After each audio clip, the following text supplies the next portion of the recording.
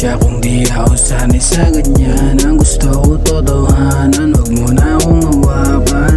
Alam kong may iba ka nang tinatawagan. Damdamin ko para sa'yo'y baliwalalan. Pasensya kung di ako sanay sa ganyan. Ang gusto ko totohanan. Tas ikaw pa nagagalit, kunwaring nakakapit sa akin. Pero kahit na alam ko na kung bakit bigla kang umaarte, magpapaalam sa akin, gagala ka kasama mga tropa mong babae. At uuwi ka na naman lasing, lumalabas ugali mo na nakakapraning. Ako ay tititigan mo, sabay tatanungin, paano kung may iba kang nagustuhan? What will they say?